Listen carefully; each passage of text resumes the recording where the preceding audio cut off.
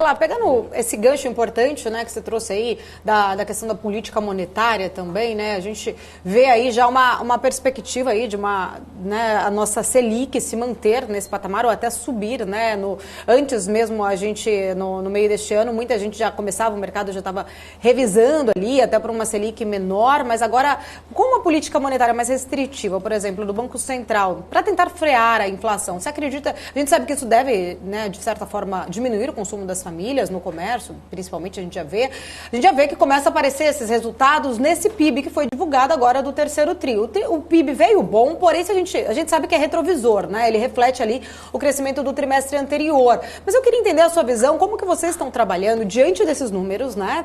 Que nós vimos ontem desse PIB, apesar de vir bom, né? Mas refletindo já uma mudança um pouco nesse comportamento, como vocês estão olhando, né, para o próximo, os resultados do produto interno? Será que a gente pode realmente ter uma desaceleração da economia brasileira para 2023?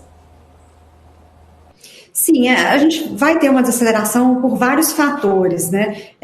Então, a sua pergunta, como a gente está olhando? A gente está olhando vários fatores ao mesmo tempo que podem impactar a economia, uns para o lado positivo, outros para o lado negativo.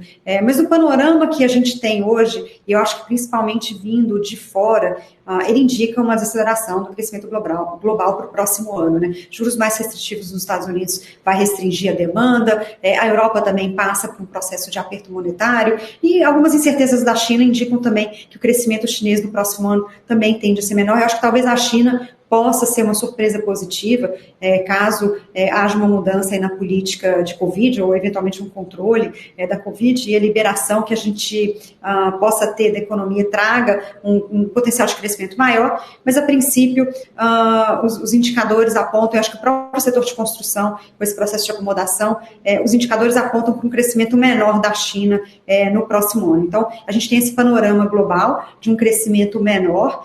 O Brasil está inserido, né, na economia global como um grande provedor aí, enfim, de minério, petróleo e outros commodities agrícolas e alguma coisa de indústria da transformação. Então, algum desaquecimento é esperado.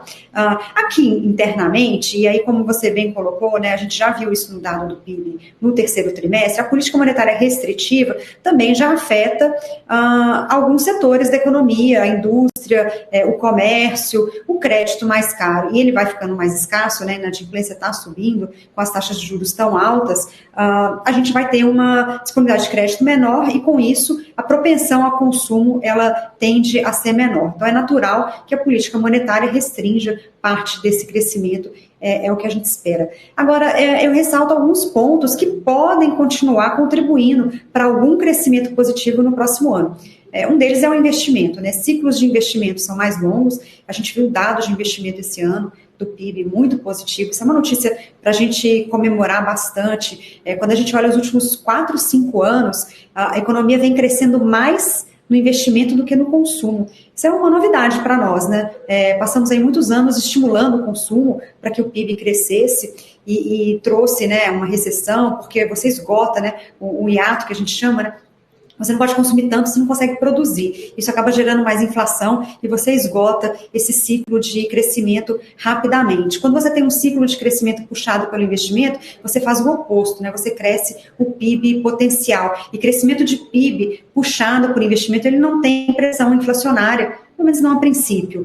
E é muito importante que a gente recomponha aí a infraestrutura no país, porque a gente passou um longo período aí com baixos investimentos. Esses investimentos, esses últimos 4, 5 anos, são, na sua grande maioria, investimentos privados, investimentos de alocação que a gente considera mais eficiente do que o próprio investimento público. Então, essa é uma boa notícia. Parte desses investimentos vão continuar no próximo ano. Algumas obras de saneamento, obras, né, ligadas a novas concessões e privatizações que aconteceram ao longo desses últimos anos, elas vão continuar, são ciclos mais longos, né? E a construção pesada, um pouco da construção também já iniciada, com base em financiamentos com taxas menores, tende a continuar. Então, parte do crescimento que a gente acredita que ainda vai ver em 2023 vem desse ciclo de investimento. E o segundo ponto é um mercado de trabalho também aquecido aqui no Brasil.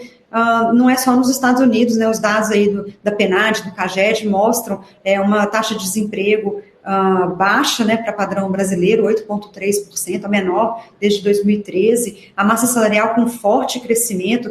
Se você olhar os dados da PNAD com cuidado, aí, com cautela, a gente vai ver um mercado de trabalho bem aquecido. E acho que isso é até um ponto de atenção para o governo, que deveria levar isso em consideração quando elabora medidas de auxílio, de transferência de renda, né? Quando a gente tem um mercado de trabalho mais aquecido, você deveria estar pensando em propostas que sejam mais focalizadas e eficientes. Essa ampliação do auxílio pode, inclusive, ser prejudicial para o combate à inflação e para algum crescimento adicional que a gente poderia ter no mercado de trabalho. É preciso rever o lado qualitativo de alguns programas, considerando, né, esse crescimento mais robusto